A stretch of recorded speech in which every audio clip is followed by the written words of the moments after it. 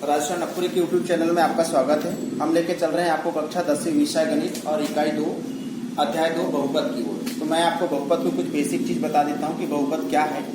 बहुपद जो होता है ये x square plus b x plus c को बहुपद का हम व्यापक रूप कहते हैं, जहां पर ए बी व सी वास्तविक संख्या है और यहां ए इक्वल नॉट जीरो है। तो x square plus b x plus c जो है चर एक्स में बहुपद है, जहां ए बी सी वास्तविक संख्या है, ए इक्वल नॉट जीरो है। अब हम बात करते हैं बहुपद के बहुत सारे प्रकार हो सकते हैं या बहुपद की उच्चतम घात की बात करते हैं। तो यदि हमारे पास कोई px में बहुपद है, मान के चलिए हम मान के चलते इसको px में बहुपद है, आप देख रहे होंगे यहाँ पर x की अधिकतम घात 2 है, x की अधिकतम घात 2 है। तो हम कहेंगे कि इस बहुपद की घात जो है क्या है, घात बराबर 2 है। यानी यदि किसी बहुपद px में जो सबसे अधिकतम घात है वो बहुपद की घात कहलाती है, उच्चतम घात को हम बहुपद की घात कहते हैं। अब हमारे पास में जरूरी नहीं है कि घात 2 वाले बहुपद हो, घात 1 वाले भी बहुपद आ सकते हैं। मान के चलिए हमारे पास में घात 1 वाले बहुपद अगर होता है तो 2x माइनस कोई 3, ये जो है घात 1 में बहुपद है, यहाँ पर x की घात 1 है। अब हम इसको क्या कहेंगे, तो घात 1 वाले बहुपद को हम क्या कहते हैं, रैखिक बहुपद कहते हैं। क्या कहते हैं, रैखिक बहुपद कहते हैं। और जो जिस बहुपद में 2 की घात है, मान के चलिए हमारे पास कोई बहुपद है, ये y स्क्वायर माइनस 2 है, ये चर y में बहुपद है, तो यहां पर y की घात 2 है, तो हम इसको क्या कहेंगे, द्विघात बहुपद कहेंगे। क्या बोलेंगे, द्विघात बहुपद कहते हैं। यदि हमारे पास 3 घात की बहुपद हो, मान के चलिए हमारे पास में कोई बहुपद जो है 3 घात की है, ये 2 माइनस एक्स पे 3 की पावर। अब यहां देख रहे हैं ये चर एक्स में बहुपद है और यहाँ 3 की घात है, तो हम इसको क्या बोलेंगे, इसको बोलेंगे हम त्रिघात बहुपद। क्या बोलेंगे, त्रिघात बहुपद बोलेंगे। तो इस प्रकार से घात और भी 4 की भी घात हो सकती है, 5 की भी घात हो सकती है। तो इस प्रकार से अगर 1 की घात है तो हम रैखिक बहुपद कहेंगे, 2 की घात है तो द्विघात बहुपद कहेंगे, और 3 की घात है तो हम त्रिघात बहुपद कहेंगे। तो मैं आगे चलता हूं। प्रश्नावली हमारे पास में 2.1 है, इसमें से जनरली परीक्षा में प्रश्न पूछा जाता है, तो मैं प्रश्नावली 2.1 की ओर आपको लेके चलता हूं। यहाँ पर कुछ प्रश्न दिए हैं जो ग्राफ से संबंधित है। देखिए यहाँ पर क्या है, आपको इसमें शून्यकों की संख्या बताना है। क्या बताना है, शून्यकों की संख्या बताना है। ये जो एक्सरसाइज है, एक्सरसाइज 2.1, ये जो है मैथ्स बुक में पेज नंबर 31 में है, और इसका क्वेश्चन किस प्रकार से मैं आपको बता देता हूं। ये क्वेश्चन है कि किसी बहुपद px के लिए, ये लिखा है, किसी बहुपद px के लिए y बराबर px, किसी बहुपद px के लिए y बराबर px का ग्राफ नीचे आकृति 2.10 में दिया है। प्रत्येक स्थिति में px के शून्यकों की संख्या ज्ञात कीजिए। प्रत्येक स्थिति में हमको क्या करना है, शून्यकों की संख्या क्या करना है, ज्ञात करना है। तो यहाँ पर शून्य क्या है मैं थोड़ा सा आपको बता देता हूँ। मान के चलिए रैखिक बहुपद ax प्लस b है और ये बराबर 0 है, हम इसको रैखिक बहुपद कहते हैं क्योंकि इसकी घात 1 है। तो इसकी शून्य कैसे निकालेंगे, शून्य निकालने के लिए क्या हो जाएगा, ax बराबर क्या होगा, माइनस b होगा, और ये x बराबर क्या हो जाएगा, माइनस b अपान a होगा। तो हम कहेंगे कि ये जो माइनस b अपान ये जो है इस रैखिक बहुपद का क्या है, शून्यक है। तो अब यहाँ पर हम इस प्रश्नावली 2.1 के प्रश्न पहले में देखते हैं। तो इस पहले में आप देख रहे होंगे यहाँ पर एक ग्राफ बना हुआ है इस प्रकार का। ये देखिए यहाँ पर ये x है और ये x डेश है, और ये आपका जो है ये y है और ये y डेश है, और ये O है जिसको हम मूलबिंदु भी कह सकते हैं। अब यहाँ पर एक ग्राफ बना हुआ है इस प्रकार से, ठीक है। अब इसमें आपको क्या बताना है, शून्यकों की संख्या बताना है, शून्यकों की संख्या बताना है। तो सबसे पहले ये देखो, ये जो px जो ग्राफ है आप देख रहे होंगे कि ये x अक्ष के समांतर है।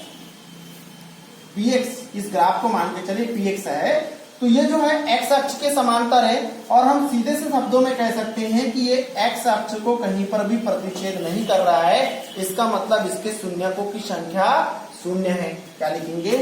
शून्यकों की संख्या बताना है। शून्यकों की संख्या बराबर 0। कारण क्या है? कारण ये कि ये x अक्ष को कहीं भी प्रतिच्छेद नहीं कर रहा है। चलिए, ये पहला था। अब दूसरा देख लेते हैं। दूसरे में देख रहे होंगे आप यहाँ पर, दूसरा में क्या दिया हुआ है यहाँ पर, इसका दूसरा देखते हैं। चलिए, तो दूसरे में दिया हुआ है यहाँ पर, ये दिया हुआ है आपका ग्राफ बना हुआ है इसी प्रकार से। ये आपका ये x और ये x डैश हो गया, ये आपका y हो गया और ये आपका y डैश हो गया। यहाँ पर ये मूल बिंदु है, ये थोड़ा सा इसको आगे हम बढ़ा देते हैं। ये y है आपका, y डैश है, ठीक है। ये इस प्रकार से ग्राफ बना हुआ है यहाँ पर, ऐसा ग्राफ बना हुआ है, ये इस प्रकार से ग्राफ। अब आप देख रहे होंगे यहां पर, आप जो ग्राफ है हमारे पास में, जो px जो ग्राफ है, ये निश्चित रूप से x अक्ष को कहीं ना कहीं प्रतिच्छेद कर रहा है। और प्रतिच्छेद तो कर रहा है, पर कितने बिंदु पर प्रतिच्छेद कर रहा है आपको ये देखना है। जितने बिंदु पर प्रतिच्छेद करेगा उतने उसकी शून्यकों की संख्या है। तो हम यहाँ पर देख रहे हैं, ये जो ग्राफ है x अक्ष को कितने बिंदु पर प्रतिच्छेद कर रहा है? एक बिंदु पर प्रतिच्छेद कर रहा है। तो हम कहेंगे कि शून्यकों की संख्या कितनी है? 1। तो यहाँ क्या लिखोगे? शून्यकों की संख्या। शून्यकों की संख्या, ये शून्यकों की संख्या बराबर 1। ये परीक्षा में पूछा जाता है जनरली। अब आगे चलते हैं तीसरे नंबर पे, बाकी आप और भी बना सकते हैं। चलिए, इसका तीसरा देखते हैं। प्रश्नावली 2.1 का तीसरा लेके चलते हैं, हम तीसरे की ओर लेके चलते हैं।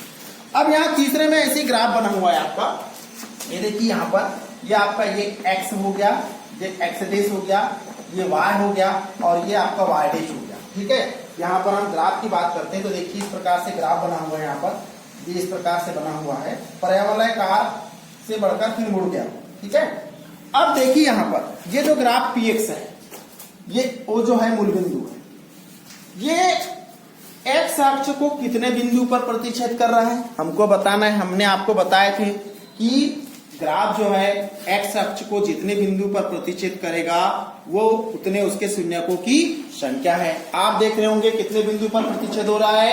ये देखिए, एक यहाँ पर गिनते चलिए, ये 2 और ये 3। तो हम कहेंगे इसके शून्यकों की संख्या कितनी है? 3। यहाँ लिखेंगे शून्यकों की संख्या।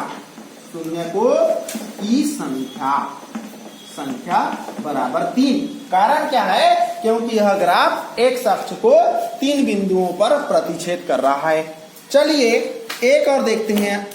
यहाँ पर एक हम बाकी आपसे बन जाएगा, इसका चौथे में बता देता हूँ शून्यकों की संख्या कितनी है। आप देख रहे होंगे पुस्तक में, ये चौथे नंबर पे ग्राफ में जो है ये परवलयाकार का है और यहाँ पर ये जो x अक्ष को 2 बिंदुओं पर प्रतिच्छेद कर रहा है। इसका मतलब चौथे में यहाँ पर शून्यकों की संख्या कितनी है? 2 है। अब यहाँ पर पांचवें में आते हैं। पांचवें में आप देख रहे होंगे ये जो ग्राफ है x अक्ष के पर को कितने बिंदु पर प्रतिच्छेद कर रहा है? 1, 2, 3, 4। तो पांचवें में शून्यकों की संख्या कितनी है? 4 है। और लास्ट में देखते हैं, बच्चे कंफ्यूजन हो जाते हैं। छठवें नंबर पे देखिए यहाँ पर ये इस प्रकार का बना हुआ है, ये x हो गया और ये आपका x डैश हो गया, ये y हो गया और ये आपका ये y डैश हो गया। ये मूल बिंदु वो हो गया। अब यहाँ पर हमको बताना है, देखिए इसमें ग्राफ इस प्रकार से बना हुआ है। ये ग्राफ कैसा बना है?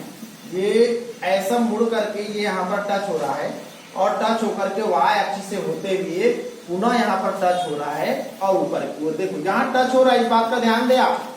तो ये बच्चे यहाँ कंफ्यूज हो जाते हैं, कभी कभी बोलते हैं सर यहाँ पर तो प्रतिच्छेद नहीं हो रहा है, यहाँ शून्यकों की संख्या कितनी है? तो आपको कंफ्यूज नहीं होना है बेटा। ये x अक्ष कहीं ना कहीं देखिए, ये देखिए, ये यहाँ पर निश्चित यहाँ पर प्रतिच्छेद दिख रहा है, लेकिन यहाँ नहीं दिख रहा है, लेकिन ये प्रतिच्छेद है, यहाँ पर भी है और यहाँ पर भी है। तो हम कहेंगे आपके छठवें नंबर के जो प्रश्न है उस छठवें नंबर में शून्यकों की संख्या बताना है आपको। तो इसमें शून्यकों की संख्या है, शून्यकों की संख्या, शून्यकों की संख्या बराबर है छठवें नंबर पे यहाँ पर स्पष्ट है 1, 2, 3। तो शून्यकों की संख्या बराबर 3।